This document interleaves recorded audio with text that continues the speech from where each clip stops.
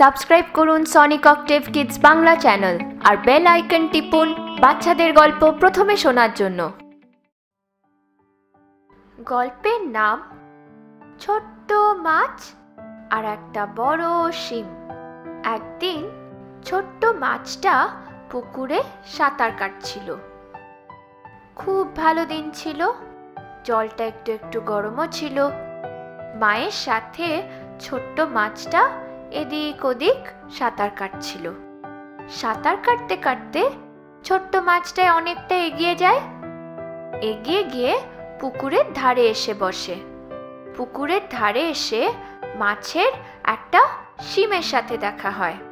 মাছটা কোনোদিনও কোনো শিম দেখেনি আজ অব্দি।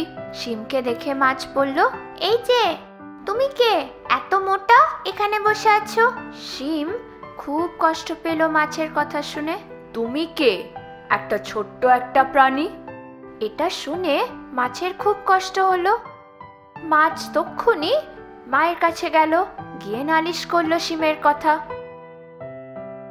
পুকুরের ধারে একটা শিম আমাকে ছোট বলে ডেকেছে। আমি কি এখনো ছোট?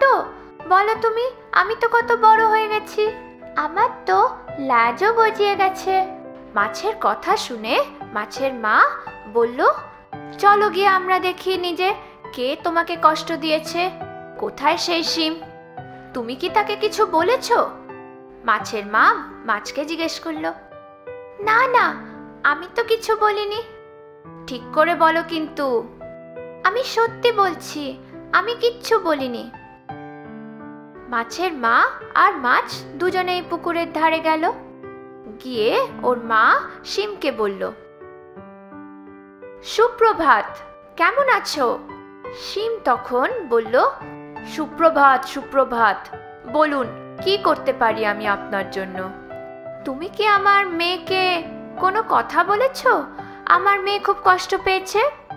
আমি তো এমনি এমনি বলিনি, ও আমাকে মোটু বলে ডেকেছে, সেই জন্যই আমি ওকে বলেছি ছোটু। তাহলে এই গল্প থেকে আমরা কি শিখলাম? কখনো অন্য কারোর ব্যাপারে বিনা কারণে ধারণা করে ফেলো না, তাহলে লোকজনও তোমার ব্যাপারে অন্যরকম ধারণা করবে।